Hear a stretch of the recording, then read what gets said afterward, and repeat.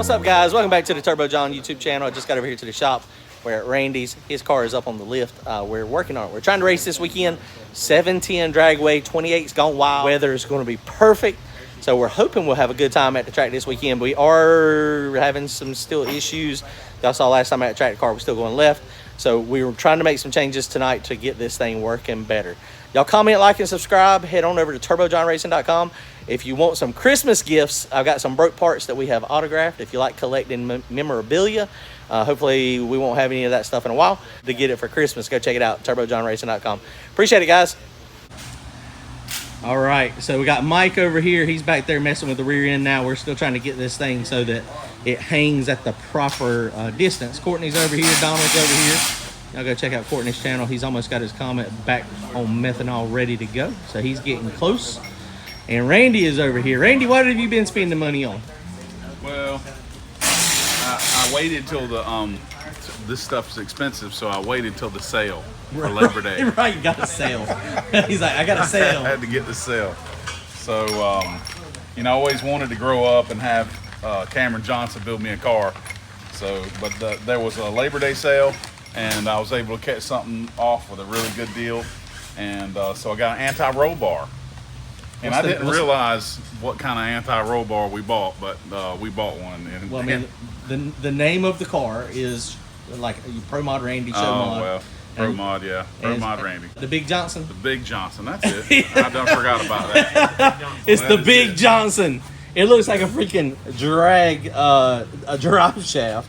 It is. I think I've had a drive shaft that small before. I mean, that thing is a what, 3 inch? That's like that legit. I've got a 4-inch one now, but it's got to be 3 inches. 2 3/4, 3 inch. Yeah. No, that's 3 inches. You look straight down. 3 inches, and this thing is, of course, all weld together. Something that is pretty cool about this one is this thing has got some type of heim joint here, and so this can actually move some. So that's a good thing. It's splined. You know, it's got the billet aluminum arms. So this is weld together. So if you need to adjust the length of this, you can, and it just comes apart here. And man, this thing is really, really, really cool. Take that one out, Randy. It's such a good tight fit. It's the spline fitting. So check that out, man. And so this is spline, and it's got big, nice, rounded splines. So these are going to be very, very good. So basically what we got to do is we got to get this thing in there, and I don't think that's going to twist. Very reasonably priced. Right. Great service. I mean, he called us back. Well, I called him, and I made a mistake and didn't order the links. And he called me back. He's like, "Sure you don't want these links?" And like, "Yeah, I thought it came with it." No. Right. So he put me some links in there and gave me a little bit off the shipping. And what a nice guy, you know. I mean, I told him that, you know, what kind of stuff we run, and he didn't care if it was a Pro Mod or a street car or whatever. I just felt like he treated me just like his Pro Mod customers. That was pretty cool. Right, that is pretty cool, man. This is a nice piece, man. So we're going to try to get this thing on there. Appreciate Cameron hooking Randy up and getting this together. We're going to let Mike do the welding on this. I mean, I can weld still okay, but he is a good welder, so we'll let him weld it all up. And basically, to weld this thing together, you know, once you get the length you need and you get these mounting spots where you need, then basically you put the arms on it, line them all up so they're at the same on a flat surface, and then tack weld it up, pull this off, and then go ahead and final weld all this stuff. And man, I can't get over how big this thing is. Now, it is a little beefy. I don't know what it weighs. It probably weighs maybe 15 pounds. We need a little bit 15, 20 pounds. Rear of the car. Yeah, I mean, we got to have weight on the back of the car. So this is not a bad thing. Yeah, it's probably 10 or 15 pounds. We are getting ready to buy his 4-link bars. Oh. Or stock Mustang. Oh, yeah, he's got titanium ones. Titanium ones. That's right. So, and then he's got I'm not going to spoil it, but he's got something coming for the Fox up front. right. That we're going to work with him on. Cool. As well. So Awesome. Really cool stuff, and really excited to work with him. It's amazing how, like, you watch Justin Swanstrom's videos, and even like Cameron, he's got a YouTube channel as well. Go check out his YouTube channel if y'all haven't seen it. CJ Race Cars. I mean, man, they are. I mean, they build high quality stuff. It is amazing, like watching you know, it come together on a jig. Well, yeah, we appreciate it. We're gonna try to get this thing in. Let's go back here, Mike. So we're dealing with this rear end being a little bit crooked. You figured it out, Mike? So what we have come to the conclusion, and you know, talking to Shannon, Bloodbath Racing, and a couple other people, you can see how the rear end, we used to not top this thing out, right? So the rear end did not top out. The shocks did not top out, but now they do. And so we got them topping out. And if you see, the rear end is still hanging crooked. Now, we did have it for the last race where it went the fastest it's been in a while and the straightest it's been. We staggered the mounts over here. So we're fixing to drill down here to get them so that they're even. We don't know for sure. It doesn't look like anything is like moved up in there. But we got to get it so that when this thing tops out the shock, one cannot top out before the other. So we got two choices: either take anti-squat out of it and make it so that it does not top out at all, which I don't think is the right move for this car. What we are thinking we're having a problem is these little short upper bars. When you start getting a lot of travel in the rear end, now think about the length of this arm, right? So if this arm is only 9.5 or 9 3/4 long, if you're trying to move it a lot, look at that angle. I mean, it's going to be on an arc versus if it's a lot longer, it's going to be less movement. So we think we're running into some issues with the length of the top upper control arms. You know, it's got all adjustable stuff, but they're still short. The top bars are so short in this thing. So that could be a problem. You know, there's a couple solutions to that. 10 Soldiers makes a set of low fret brackets. That's what Courtney put in his comment. And basically it's 4-link. There's not a lot of classes now that say you got to have factory rear suspension. This is one of the only cars that has factory rear suspension that we're racing against, cars that are 4-link and mini, full tub and chassis cars. But this one is actually just mini tub back here. So, I mean, you know, Randy doesn't want to cut it up. He's afraid. I understand. I'm in the same boat. He's afraid that if we cut it up, then what'll happen is they'll change the rules.